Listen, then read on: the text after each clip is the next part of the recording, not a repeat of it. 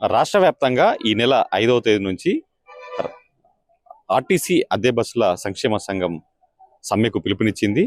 అసలు ఈ సమ్మెకు ఎందుకు పిలుపునివ్వడం జరిగింది, వాళ్ళ సమస్యలు ఏంటి, ఆర్టీసీ నుంచి వాళ్ళు ఏం కోరుకుంటున్నారు, వాళ్ళ ప్రధాన డిమాండ్ ఏంటి, ఆర్టీసీ అద్దె బస్సులకు సంబంధించినటువంటి సంక్షేమ సంఘం నేతలు మనతో ఉన్నారు.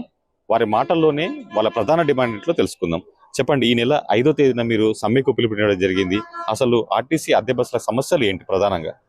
ఈరోజు కొత్త ప్రభుత్వం ఏర్పడిన తర్వాత మహాలక్ష్మి అనేటువంటి పథకాన్ని తీసుకురావడం ప్రజలకు ఎంతో మేలైనటువంటి శుభ సందర్భం.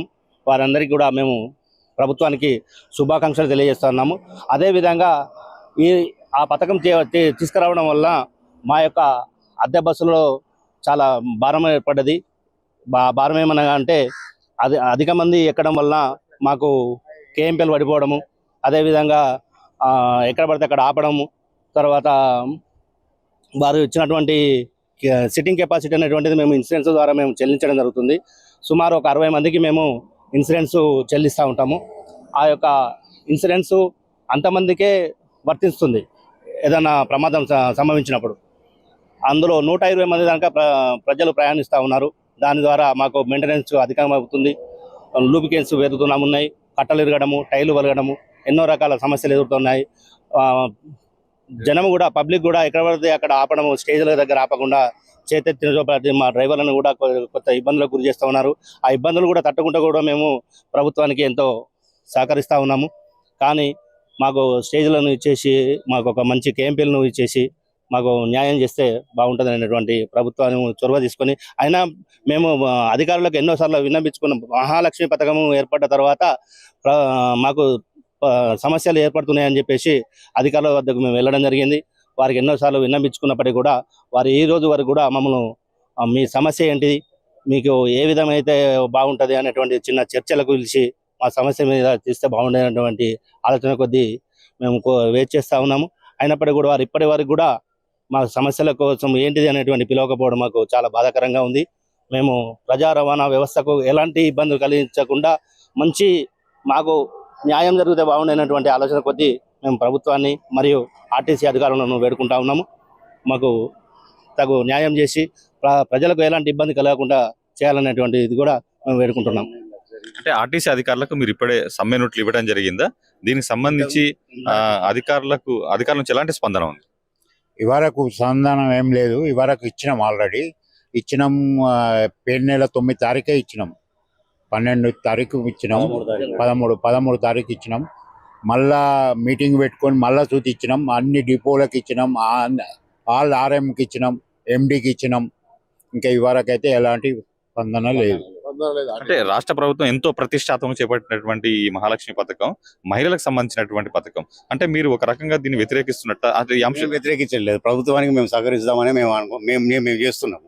కానీ కాకపోతే ఏం చేస్తున్నారు, ఆర్టీసీ యాజమాన్యం ఏం చేస్తుందంటే మమ్మల్ని ఈ సమస్యలపై, మా సమస్యలపై కొంచెం పిలిచి మాత్రం మాట్లాడితే మేము కూడా కొంచెం వాళ్ళకు కూడా అనుకూలంగా మేము కూడా మాట్లాడతాం. ఇప్పుడు ఏమవుతుందంటే పల్లె వెలుగును ఎక్స్ప్రెస్ మా అద్దె బస్సులు మాకు సూపర్ లగ్జరీ లేవు. మా దాంట్లో అవి ఏసీ బస్సులు లేవు.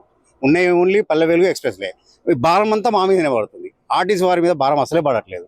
ఈ కేఎంపీఎల్ వాళ్ళకి రావడం కారణం ఏంటంటే వాళ్ళ సూపర్ లగ్జరీలు ప్లస్ ఏసీ బస్సులే అందుకే వాళ్ళకి కేఎంపీలు ఎక్కువ వస్తుంది.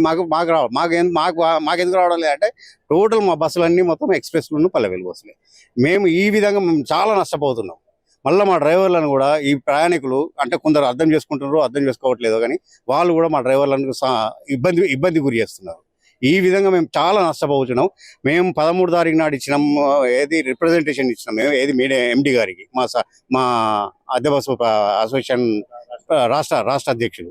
అయినా కూడా వాళ్ళు ఇప్పటి వరకు మమ్మల్ని ఎలాంటి చర్చలకు పిలవకపోవడం, మమ్మల్ని పిలిచి ఏదో మాట్లాడి మాకేదో చేస్తే మేము కూడా కొంచెం అంటే మా నష్టాలను మేము కూడా కూర్చుకోవడానికి మేము అడుగుతున్నాం తప్పితే మేమేదో ప్రభుత్వాన్ని కొంతమ కోరికలు కోరడం లేదు. ఇది మా సమస్య. ఇది మాకు సహకరిస్తే, ప్రభుత్వం మాకు సహకరిస్తే మేము చాలా ఇబ్బందులు. అంటే మీ డిమాండ్లలో ఈ కేఎంపీఎల్ సంబంధించినటువంటి అంశం ఉంది. బట్ మీ అద్దె బస్సులతో పాటుగా ఆర్టీకి సంబంధించినటువంటి బస్సులు ఉన్నాయి కదా, వాటికి లేని సమస్య మీకెందుకని వాళ్ళు అడుగుతున్నారు కదా.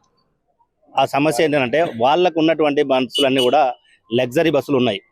సూపర్ లగ్జరీ ఉంది, గరుడ అలాంటి బస్సులు ఉన్నాయి. అందులో సిట్టింగ్ కెపాసిటీకి మించి వెళ్ళరు. మా బస్సులు సిట్టింగ్ కెపాసిటీ మీరు చూడొచ్చు. ప్రతి ఒక్క బస్సును చెక్ చేస్తే సుమారు 100 పైన జనం ఉంటారు. కాబట్టి ఆ కేఎంపీఎల్ వరకు పడిపోతుంది. అది ఆ విషయం వారికి కూడా తెలుసు.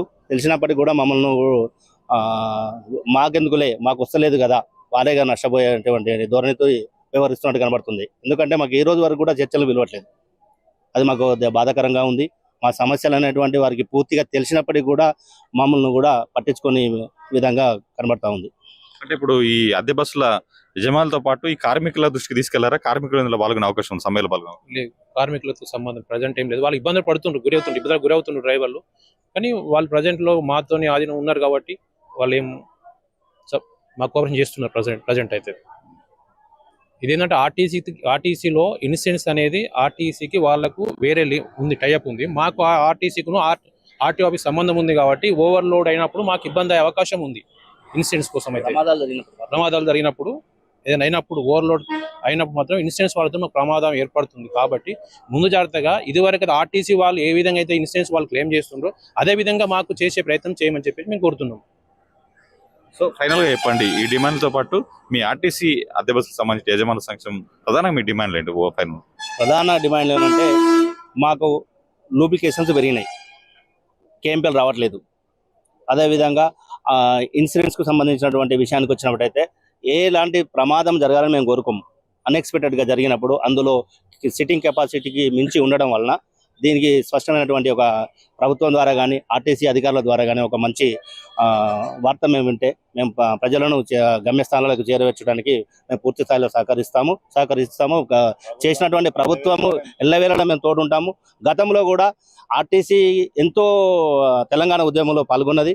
మేము ఇప్పుడు కూడా మేము అద్దె బస్సులు మేము నష్టపోయి కూడా తెలంగాణ ఉద్యమంలో మేము సహకరించి మేము తెలంగాణ సాధనలో మేము పాల్గొన్నాము.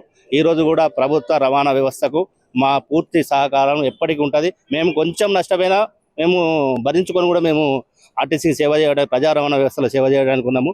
కానీ అది నష్టపోవడం అంటే మాతోడు కాదు. మేము ఇప్పటికే అంతకుముందు 6,000 బస్సులు ఉన్నటువంటి బస్సులు ఫైనాన్సులు గుంజుకపోయి ఈరోజు 3,300 వరకు ఇప్పుడు తగ్గి ఇప్పుడు 2,700 బస్సులు మాత్రమే ఉన్నాయి. అన్ని ఫైనాన్సులు పోయినాయి, అమ్ముకున్నారు, నష్టాలు పోయినారు.